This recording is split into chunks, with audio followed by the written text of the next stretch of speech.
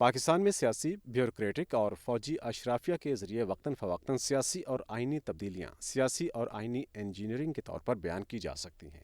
سیاسی انجینئرنگ میں سیاسی شراکت داریوں اور حکومتوں کو ہٹانے اور توڑنے کے لیے سیاسی جماعتوں اور قیادت میں ہیرا پھیری بھی شامل ہے۔ یہ اہداف سیاسی جماعتوں اور رہنماؤں کی کمزوریوں، ان کے باہمی حسد اور تنازعات کے ساتھ ساتھ ان کے سیاسی عزائم کا استحصال کر کے حاصل کیے جاتے ہیں۔ غالب اشرافیہ اپنے سیاسی گیم پلان کی تکمیل کے لیے ریاستی سرپرستی، مادی عنایات اور کابینہ کے عہدوں کا استعمال کرتی ہے۔ مخالفین کو سزا دینے اور سیاست کی نوعیت اور سمت پر گرفت برقرار رکھنے کے لیے ریاست کے ریگولیٹری اور تعزیراتی اختیارات کے استعمال کا خوف یا حقیقت میں استعمال سیاسی انجینئرنگ کا ایک اور اعلیٰ کار ہے۔ غالب اشرافیہ کی تشکیل میں کوئی بھی تبدیلی نئی سیاسی صف بندی کرتی ہے، تاہم سیاسی انجینئرنگ کے بنیادی طریقہ کار تبدیل نہیں ہوتے۔ آئینی انجینئرنگ سیاسی انجینئرنگ سے آگے بڑھ کر آئینی انتظامات، ریاستی اداروں اور عمل کو تشکیل دینے یا غالب اشرافیہ کے سیاسی ایجنڈے کی تکمیل کے لیے موجودہ آئینی اور قانونی فریم ورک کو تبدیل کرنے کے لیے ہے۔ یہ غالب اشرافیہ کے ذریعے ریاستی اقتدار کے انتظام کے لیے قانونی اور سیاسی جواز کو یقینی بنانے اور سیاسی مخالفین کے چیلنجز کے خلاف اسے محفوظ بنانے کے لیے کیا جاتا ہے۔ یہ ان لوگوں کو الگ کرنے کے لیے آئینی اور قانونی رکاوٹیں پیدا کرنے کی ایک اور کوشش ہے جو اپنی شرائط پر اختیارات کا اشتراک کر کے غالب اشرافیہ کے ساتھ کام کرنا چاہتے ہیں، جو یا تو سیاسی نظام کے آئینی اور سیاسی بنیادی ڈھانچے پر سوال اٹھاتے ہیں یا انہیں اقتدار کے عہدے سے تبدیل کرنا چاہتے ہیں۔ ہمیشہ سیاسی اور آئینی انجینئرنگ ایک ساتھ چلتی ہے کیونکہ یہ اقدامات ایک دوسرے کو تقویت دیتے ہیں۔ پاکستان کی تاریخ سے سیاسی انجینئرنگ کی کچھ مثالیں یہاں بیان کی جا رہی ہیں۔ گورنر جنرل غلام محمد، بیوروکریٹک پس منظر، اور اسکندر مرزا، آرمی اور بیوروکریٹک پس منظر، نے حکومتوں کو ہٹانے اور توڑنے کے لیے سینئر بیوروکریسی میں اپنے روابط کو استعمال کیا۔ انہیں آرمی چیف جنرل محمد ایوب خان کی حمایت حاصل تھی۔ ان تینوں لوگوں نے 1953 سے 1958 میں سیاسی قوتوں کا جوڑ توڑ کیا۔ کچھ مثالیں: گورنر جنرل غلام محمد نے اپریل 1953 کو وزیر اعظم خواجہ ناظم الدین کو برخاست کیا اور محمد علی بوگرا کو وزیر اعظم مقرر کیا جو اس وقت امریکہ میں پاکستان کے سفیر تھے۔ مسلم لیگ نے گورنر جنرل کے انتخاب کو قبول کیا اور بوگرا کو پارٹی سربراہ کے طور پر منتخب کر لیا اور گورنر جنرل کے ذریعے اکتوبر 1954 میں آئین ساز اسمبلی کی تحلیل اور 1955 میں مغربی پاکستان کے مربوط صوبے یعنی 1 یونٹ کے قیام کو بھی قبولیت بخشی۔ 1955 میں اسکندر مرزا نے غلام محمد کی جگہ گورنر جنرل کا عہدہ سنبھال لیا۔ ان کی طرف سے سیاسی انجینئرنگ کی کچھ مثالیں: اپریل 1956 میں ریپبلکن پارٹی کا قیام، 1955 سے 58 میں 4 وزرائے اعظم کی تبدیلی۔ دیگر مثالوں میں 1962 میں پولیٹیکل پارٹیز ایکٹ کا نفاذ، 1979، 1986 اور 2002 میں اس میں تبدیلیاں کی گئیں، جبکہ سیاسی حریفوں کو نشانہ بنانے کے لیے متعدد فوجی اور سویلین حکومتوں کے ذریعے احتساب کے عمل کا استعمال کیا گیا۔ آئینی انجینئرنگ کا سہارا فوجی حکومتوں نے باقاعدگی سے لیا جس نے یا تو ایک نیا آئین دیا یا 1973 کے آئین میں ترمیم کی تاکہ انہیں اقتدار میں لایا جا سکے اور اس بات کو یقینی بنایا جا سکے کہ براہ راست فوجی حکمرانی کے خاتمے کے بعد آئین کی بحالی سے ان کے اہم کردار پر سمجھوتا نہ کیا جائے۔ سویلین حکومتوں نے 1973 کے آئین میں بھی بنیادی طور پر اپنے اختیارات کے ایجنڈوں کی تکمیل کے لیے ترمیم کی۔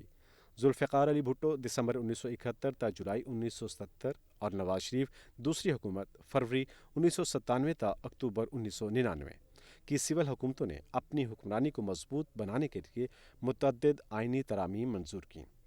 15ویں آئینی ترمیم 1998 جسے پارلیمنٹ نے منظور نہیں کیا تھا، شریف حکومت نے ملک میں اسلام نافذ کرنے کے بہانے لامحدود ایگزیکٹو اختیارات حاصل کرنے کے لیے شروع کی تھی۔ 17ویں آئینی ترمیم 2003 نے مشرف حکومت کے اقتدار کے ایجنڈے کی خدمت کی۔ آئینی تجربات اور مختلف حکومتوں کے سیاسی اور آئینی انجینئرنگ کا مختصر جائزہ پیش کیا جاتا ہے۔ 1947 کا عبوری آئین government of India act 1935 Pakistan میں اپنایا گیا۔ پارلیمانی نظام 15 اگست 1947 تا 22 مارچ 1956۔ نمبر 2، پہلا باقاعدہ آئین 1956 پارلیمانی نظام 23 مارچ 1956 تا 7 اکتوبر 1958۔ نمبر 3، دوسرا باقاعدہ آئین 1962 صدارتی نظام 8 جون 1962 تا 25 مارچ 1969۔ نمبر 4، لیگل فریم ورک آرڈر مارچ 1970 جنرل یحییٰ خان کی فوجی حکومت کی طرف سے 1970 کے عام انتخابات کے انعقاد کے لیے جاری کیا گیا۔ اس نے قومی اسمبلی کے لیے فریم ورک اور رہنما اصول فراہم کیے۔ انتخابات دسمبر 1970 میں ہوئے لیکن قومی اسمبلی کا اجلاس نہ ہو سکا۔ نمبر 5، جنرل یحییٰ خان کی حکومت نے ایک آئین تیار کیا جس کے خد و خال کا اعلان 16 دسمبر 1971 کو کیا جانا تھا، مگر سکوت ڈھاکہ کے ہنگام یہ کام نہ ہو سکا۔ نمبر 6، 1972 کا عبوری آئین صدارتی نظام، 21 اپریل 1972 تا 13 اگست 1973۔ نمبر 7، تیسرا باقاعدہ آئین 1973 پارلیمانی نظام، 14 اگست 1973 سے اب تک۔ نمبر 8، 1973 کے آئین کی پہلی معطلی 5 جولائی 1977 تا 2 مارچ 1985۔ نمبر 9، دوسری معطلی 12 اکتوبر 1999، جزوی طور پر بحالی 16 نومبر 2002، مکمل طور پر بحالی 12 مارچ 2003۔ نمبر 10، تیسری معطلی 3 نومبر 2007 تا 15 دسمبر 2007۔ نمبر 11، 1973 کے آئین میں بڑی تبدیلیاں۔ جنرل ضیاء الحق کی حکومت کے ذریعے مارچ 1981 کے عبوری آئینی حکم نامے کا نفاذ۔ جنرل ضیاء الحق کی حکومت کی آئینی آرڈر کی بحالی RCO، مارچ 1985۔ اس میں سے بیشتر کو پارلیمنٹ نے 8ویں آئینی ترمیم کے طور پر منظور کیا تھا۔ جنرل پرویز مشرف کی حکومت کی طرف سے جاری کردہ legal framework order LFO، اگست 2002۔ پاکستان پیپلز پارٹی کی حکومت کے دور آئین میں تجویز کردہ طریقہ کار کے ذریعے اور پارلیمنٹ کی منظوری کے ساتھ 18ویں آئینی ترمیم، اپریل 2010۔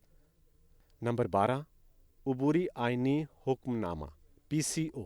تمام فوجی حکومتوں نے سیاسی نظام کو قانونی فریم ورک کے اندر رکھنے کے لیے اختیارات کے مفروضے پر عبوری آئینی حکم نامے جاری کیے۔